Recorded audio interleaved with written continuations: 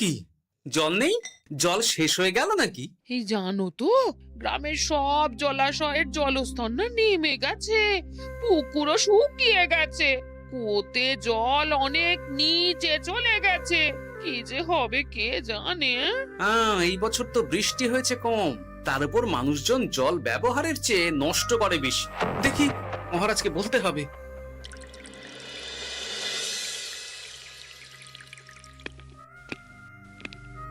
এই তো গোপাল এসে গেছে। শুনেছো, রাজ্যে সকল জলাশয়ে শুধু শুনিনি, চাক্ষুষ দেখেছি, আর এর কারণ ও তার সমাধানও ভেবে এসেছি মহারাজ। তুমি কি বলতে চাইছো সেটা বলো না খোলসা করে। মহারাজ, আসন্ন দিনে জলাভাব মেটানোর একটাই উপায়, তা হলো প্রজাদের উপর কর চাপানো। মহারাজ, আমার ঠাকুরদা বলতেন, যা মেলে মূল্য বিনে তার মূল্য কে আর জানে। আমরা যেহেতু জলের মতো এত মূল্যবান সম্পদ বিনামূল্যে পাচ্ছি, তাই একে গুরুত্ব দিতে শিখিনি। সবাই মিলে দেদার জলের অপচয় করছে। আমি এই অপচয়ের বিরুদ্ধে কর বসানোর পরামর্শ দিচ্ছি মহারাজ। জলের জন্য দেবে দাম, ছুটে যাবে কাল ঘাম। হ্যাঁ, যখনই জলের জন্য কর দিতে হবে, তখনই জলের অপচয় বন্ধ হবে। এতে লাভটা কি হবে গোপাল? মানুষ কম জলে কাজ করা শিখে যাবে, ফলে আগামী দিনে যদি জল সম্পদ কমেও যায়, এই কৃষ্ণনগরের প্রজারা আগে থেকেই তার জন্য প্রস্তুত হয়ে যাবেন। কিন্তু আমি আমার প্রজাদের কাছ থেকে জলের দাম নেব গোপাল? না মহারাজ, কর বাবদ যে অর্থ উপার্জন হবে, তার সাথে আপনার দান মিলিয়ে রাজ্যের মধ্যে একটা বিরাট কৃত্রিম জলাধার বানানো হবে। বাহ বাহ বাহ! যেখানে বৃষ্টির জল সংরক্ষণ করা যাবে মহারাজ। এতে সারা বছর ধরে আর কোনো জলের অভাব থাকবে না মহারাজ। গোপালের প্রস্তাব বড় ভালো লেগেছে। আগামী দিনে ইতিহাসে এই কর্মযজ্ঞের কথা লেখা থাকবে বলেই আমার বিশ্বাস। আর তাই আমি গোপালকে এই মুহূর্তে 50টি স্বর্ণমোহর উপহার দেব বলে ঘোষণা করছি। সাধু সাধু সাধু।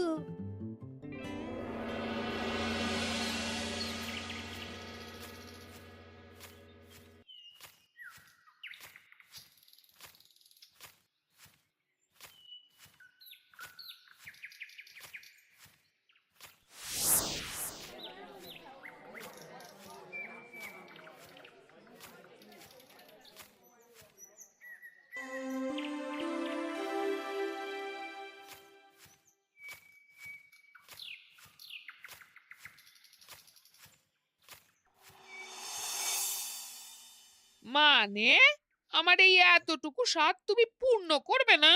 আমি কি নিজের জন্য চেয়েছি নাকি?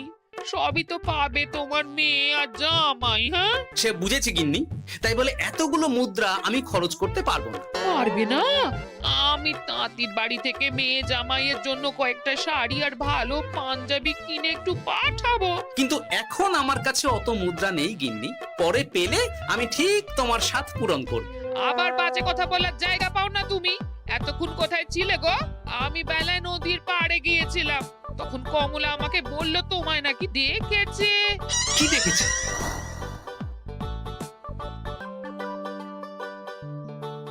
কোথায় গেল? এত বড় মুদ্রার থলে কি হাওয়াতে উবে গেল নাকি? এই রে, এ তো মহা ঝামেলা। কখন কে যে গিন্নিকে খবর দিচ্ছে সেটা টেরও পাইনি। বলি মুখে কুলু পাটলে যে বড়, বলি রাজা মশাইয়ের কাছ থেকে যে এত রোজগার করো, সেই মুদ্রা যায় কোথায়? আহ, কানের মাথা খেও না তো। আমি কি তোমার কোনো কিছুর অভাব রেখেছি? বলো একবার। খাওয়া পড়া কোনো কিছুর তো কোনো খামতি নেই তোমার। মানছি রাখোনি, কিন্তু তাই বলে আমিও তোমার স্ত্রী, তোমার গিন্নি গো, গিন্নি, তাই না? আমার তো জানার অধিকার আছে নাকি যে তোমার উপার্জনের অর্থ করি সব কোথায় যাচ্ছে? জানবে জানবে, সব জানবে। এখন কিছু খেতে দাও দেখি, পেটে ছুঁচোয় ডন বৈঠক মারছে। না, এরপর থেকে আর মহারাজের কাছে উপহার পেলে ওইভাবে খোলা হাটের মধ্যে দিয়ে আসা যাওয়া করা যাবে না।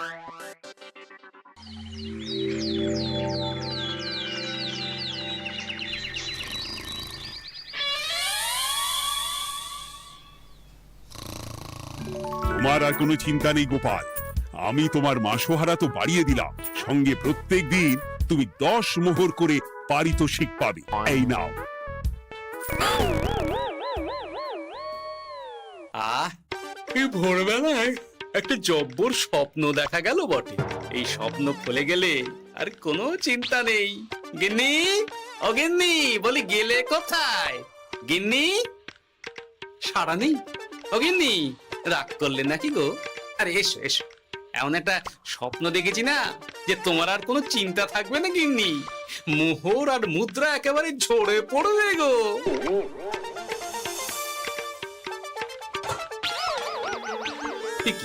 এইসব ফলাহার সাজিয়ে রেখে গেল কোথায় গিন্নি?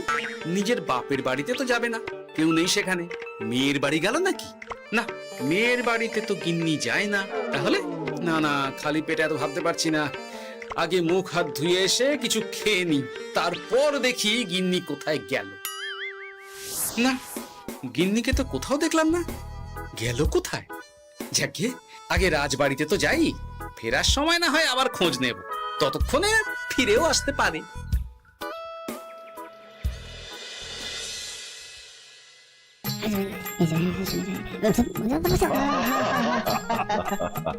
বাহ বাহ বাহ, একেই বোধহয় বলে সঙ্গগুণ। অনেকদিন এত হাসি নিয়ে। যা বলেছেন মহারাজ। হাসির চোটে পেটে ধরছে খিল। কর্তা আর গিন্নিতে দেখছি রয়েছে অনেক মেল। কি গিন্নি, তুমি এখানে কি করছো? একই গোপাল, তুমি রাজসভায় এলে যে বড়। তুমি নাকি রাজসভার কাজ থেকে অবসর নিতে চেয়েছো? হ্যাঁ, এই কথা কে বললো মহারাজ? এই তো উনি বললেন। বলি আমি আবার কি করব? তুমি আমায় একটা কাজ দিলে আর সেটা আমি করব না বলো? আমি তোমায় কাজ দিলাম? কি কাজ? বাবা গোপাল, তুমি কি আকাশ থেকে পড়লে নাকি? তুমি তো তোমার গিন্নিকে বলে পাঠিয়েছো যে তুমি আর রাজসভার কাজে যোগ দিতে চাও না। তোমার নাকি আর কাজে মতি নেই, তুমি বিশ্রাম চাও। এই রে, গিন্নি দেখি ভয়ঙ্কর চাল দিয়েছে। আমার নামে রাজসভায় এসে এইসব বলেছে। তাই কথা ঠিকই গোপাল, যে তোমার অবসর গ্রহণের কথা শুনে আমি বিশেষ মনমরা হয়ে পড়েছিলাম। কিন্তু তোমার গিন্নি যেভাবে রাজসভায় হাসি মজা হুল্লোড় পরিবেশন করছে, তাতে আমার মনে হচ্ছে এ সাপে বর হয়েছে। এই বেলা যদি গোপালকে কায়দা করে রাজসভা থেকে তাড়ানো যায়, তাহলে আমার পথ থেকে বিরাট বড় একটা কাঁটা উপড়ে ফেলা যাবে। গোপাল গিন্নি সবার মধ্যে বিলিয়েছেন হাসি, তার জন্য রাজামশাই হয়েছেন ভারী খুশি। হ্যাঁ গোপাল, তাই আমি ঠিক করেছি তোমার স্থানে আমি তোমার গিন্নিকেই বহাল করব। হ্যাঁ, তোমার সঙ্গে ঘর সংসার করে ওর বুদ্ধি বেশ খোলতাই হয়েছে, সেটা বোঝাই যাচ্ছে। এছাড়াও আমাদের অনেক পরামর্শ দিয়ে সাহায্যও করতে পারবে। তাছাড়া উনি মহিলা বলে অন্দরমহলেও যেতে পারবেন, রানীমাও খুশি হবেন বলেই তো আমার বিশ্বাস। কি গোপাল গিন্নি, তোমার এই কাজ করতে কোনো আপত্তি নেই তো? আপত্তি কেন থাকবে মহারাজ? আমি ধন্য আপনি আমায় এত বড় সম্মান দিচ্ছেন বলে। এ তুমি আমার কত বড় সর্বনাশ করলে গিন্নি। তুমি কিনা শেষে আমার চাকরিটাই খেলে। এটা গোপালের জন্য বড় ভালো হলো, তাই না? কোনো কাজ করতে হবে না, কিন্তু রোজগার আগের মতোই থাকবে। অবসর আর উপার্জন একসাথে। না হে গোপাল, তুমি আর এখানে কাঁচু মাচু মুখে দাঁড়িয়ে না থেকে নিজের বিশ্রামে ব্যাঘাত ঘটিও না। আমাকে সবার কাজ শুরু করতে দাও। যথা আজ্ঞা মহারাজ।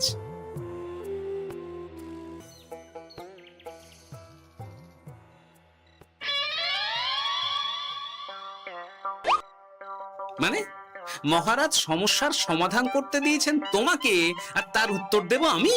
কেন? তুমি আমার চাকরি খাবে আর তোমার সেই চাকরি রাখার দায় নেব আমি? হ্যাঁ হ্যাঁ নেবে।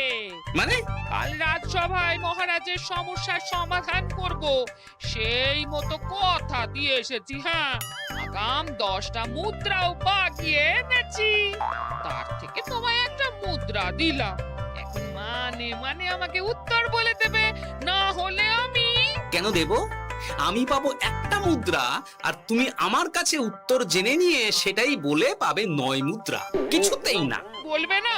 না। তাহলে ভালো করে শুনে রাখো, আজ থেকে ঘরের উনুনে হাঁড়ি চড়বে না। চাকরি তো খুইয়েইছ, এবার না খেয়ে প্রাণটা খোয়ানোর জন্য তৈরি হয়ে যাও। হ্যাঁ। ওরে বাবা, এমন কথা কেন বলছো গো গিন্নি? তুমি তো জানো যে খিদে একদম সহ্য করতে পারি না। এখন যদি তুমি এইসব বলো, তাহলে আমার রক্ষে নেই গো।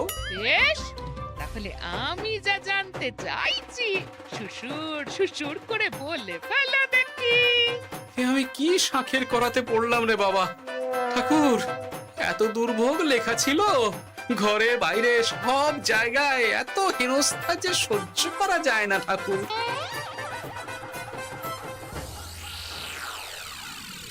একেই তো বলে গো গিন্নি, মেঘ না চাইতেই জল। এতদিন কতভাবে চেষ্টা করেছি গোপালকে রাজসভা থেকে তাড়াবার, আর গোপাল নিজেই কিনা রাজসভা থেকে পালিয়ে গেল। কি সব বলছো? তোমার শরীর ঠিক আছে তো? শরীর মন সব ঠিক আছে, তবে গোপালের বদলে কাকে বহাল করা হয়েছে শুনলে তোমার মাথা ঘুরে যাবে। কাকে? গোপাল গিন্নিকে। আমার কিন্তু বিষয়টা খুব একটা সরল ঠেকছে না গো। গোপাল ভাঁড়ের বুদ্ধি তো আর যে সে বুদ্ধি নয়। উনি যাই করেন খুব ভেবে চিন্তে করেন, এর পেছনে আবার কোনো মতলব নেই তো। এটা তুমি মন্দ বলনি গিন্নি। গোপালকে নিয়ে সত্যিই কোনো বিশ্বাস নেই। ও কখন কি ঘোট পাকাচ্ছে বলা যায় না। আমাকেও সাবধানে থাকতে হবে। দেখতে হবে যে গোপাল আসলে কি চাল চালতে চাইছে।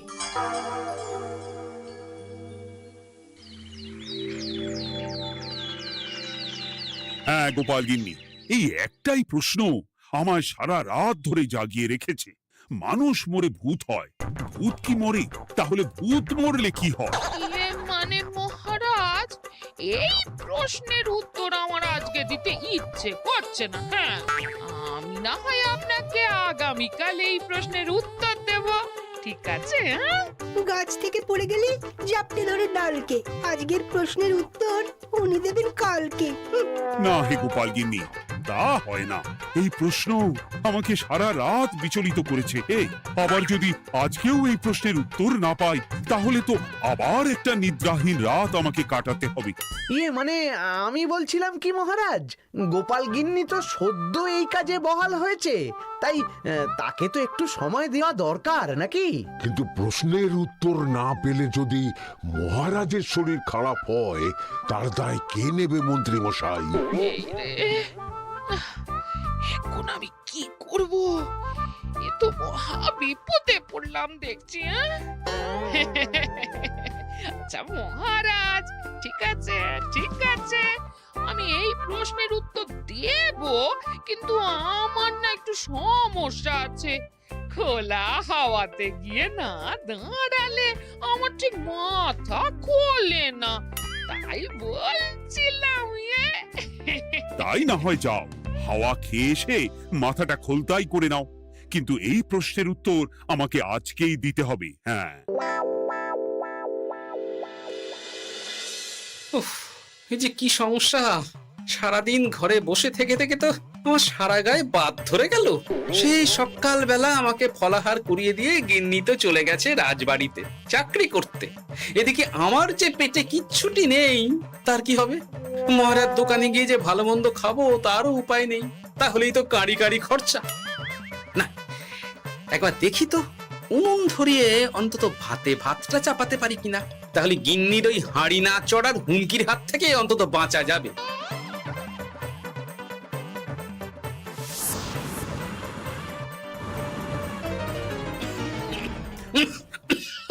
ও বাবা গো, ও বাবা, এত কেসে কেসে সোজা শেষ যাত্রা হয়ে যাবে আমার। না, এর চেয়ে না খেয়ে মরাও ঢের ভালো। দেখি তুমি বাড়িতে কেন? এত হাঁপাচ্ছ কেন? ষাঁড়ে তাড়া করেছে নাকি? আরে না গো, মানুষ মরে ভূত হয়, ভূত কি মরে? তাহলে ভূত মরলে কি হয়? খোলা হাওয়াতে গিয়ে না দাঁড়ালে আমার ঠিক মাথা খোলে না। ও, এই হলো ব্যাপার। বেশ, এর উত্তর তোমায় আমি বলে দিচ্ছি। ভূত মরে প্রথমে এক ঝুড়ি অন্ধকার হয়, সেই অন্ধকার হাওয়াতে উড়ে বেড়ায়। এক সময় সেই অন্ধকার পাতলা হতে হতে কুয়াশার মতো হয়ে যায়। ব্যাস, মিটে গেল। ব্যাস, মিটে গেল। যদি রাজা মশাই এই কথা বিশ্বাস না করেন, তুমি হলপ করে বলবে আপনি যখন মরবেন একদম মিলিয়ে নেবেন মহারাজ। এর চেয়ে এক পা এদিক ওদিক হয় না যেন। হ্যাঁ, এই না হলে তুমি গোপাল ভাঁড়, বুঝেছ তাহলে? এই তুমি চিন্তা করো না, রাজবাড়ি থেকে ফেরার সময় আমি তোমার জন্য অনেক অনেক বাজার করে আনবো, ঠিক আছে? এই আমি যাই। এ তো ভারী মজা হলো। মহারাজ তক্ষুনি প্রশ্নের উত্তর চাইলে গিন্নি এইভাবে সেই রাজবাড়ি থেকে দুধ দাঁড়িয়ে ছুটে আসছে উত্তর জানতে। আমাকে তুমি একটা চাল দিয়ে কুপকাত করেছে তো গিন্নি। এইবার বুঝবে কত ধানে কত চাল।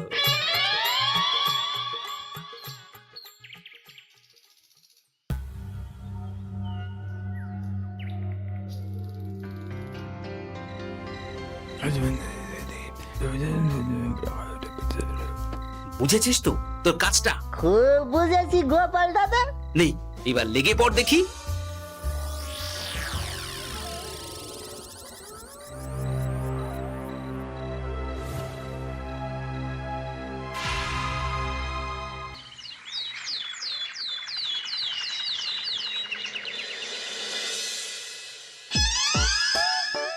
তাহলে আর বলছি কি তোমাদের, সকালবেলায় উঠে দেখি মুখের এই হাল।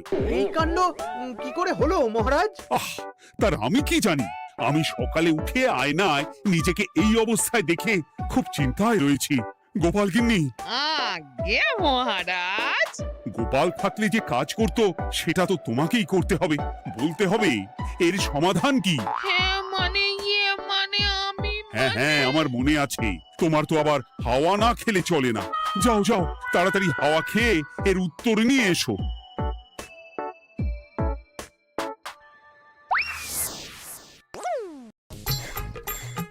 এই জন্য তুমি এত দূর ছুটে এলে গিন্নি? মহারাজকে বলবে যে তিনি যেন আজ রাতে চাদরটা মুখে ভালো করে মুড়িয়ে ঘুমোন, তাহলেই মিটে যাবে। এই রং চলে যাবে আর নতুন করে কিছু হবেও না। ও মা, বলি এত সোজা সমাধান? হ্যাঁ? তা নয় তো কি?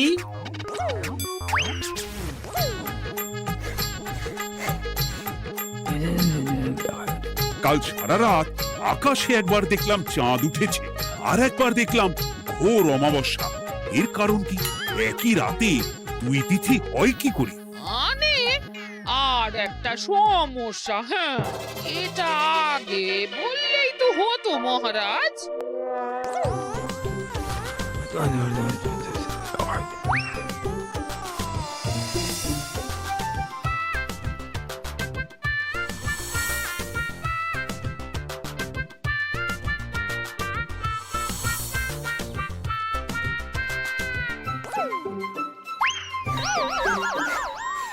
এ কি, তুমি হাওয়া খেতে গিয়ে এইভাবে খাবি খাচ্ছ কেন গোপাল গিন্নি? এর কারণ আমি জানি মহারাজ। সে কি কাণ্ড! তুমি কি করে জানলে? গোপাল গিন্নি মোটেও হাওয়া খেতে যায়নি মহারাজ, সে গেছিল নিজের বাড়িতে গোপালের কাছে আপনার বলা প্রশ্নের উত্তর জেনে আসতে। মানে গোপাল গিন্নি তার মানে আমাকে ঠকিয়েছে? তা জানি না মহারাজ, তবে আমার মনে হয় এর পেছনে গোপালের কোনো গভীর ষড়যন্ত্র আছে, না হলে সে এমনটা করবে কেন? আর এক রাতেই আপনার সাথে এতগুলো অদ্ভুত ঘটনা পর পর ঘটবে কেন? বটে, এক্ষুনি গোপালকে ডেকে আনো।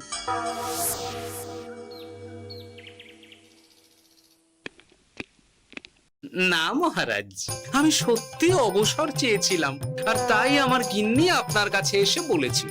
ওর কোনো দোষ নেই মহারাজ। না মহারাজ, আমি মিথ্যে কথা বলেছি। হ্যাঁ, উনি আপনার কাছ থেকে পাওয়া সোনার মোহর নিয়ে বাড়ি যান না, তাই আমি ওকে শায়েস্তা করতে এই ফন্দি করেছিলাম। আসলে মহারাজ, আমি আপনার কাছ থেকে পাওয়া সোনার মোহর জল প্রকল্পের কাজে লাগাবো বলে কিছু জনকে নিয়ে একটা দল গঠন করতে গিয়েছিলাম, আর তাদের কাছেই ওগুলো রেখে এসেছি। এটা যদি আমার দোষ হয় তাহলে আমি ক্ষমা প্রার্থী মহারাজ। সাধু গোপাল, সাধু তোমার উত্তর। এই কাণ্ড! আর এদিকে রাজবাড়ি থেকে বাড়ি, আর বাড়ি থেকে রাজবাড়ি করতে করতে আমার প্রাণ ওষ্ঠাগত হয়ে গেছে মহারাজ। ওহ, আমার ঘাট হয়েছে, আপনি আমায় ক্ষমা করে দিন মহারাজ। এইবার মজার টের পেয়েছ তো গিন্নি? আপনি আপনার আদরের গোপাল ভাঁড়কেই তার চাকরি ফিরিয়ে দিন মহারাজ। আমি যাই আমার হেসেল সামলাতে। কেলে পচা খুব ভালো করেছে বলতে হবে।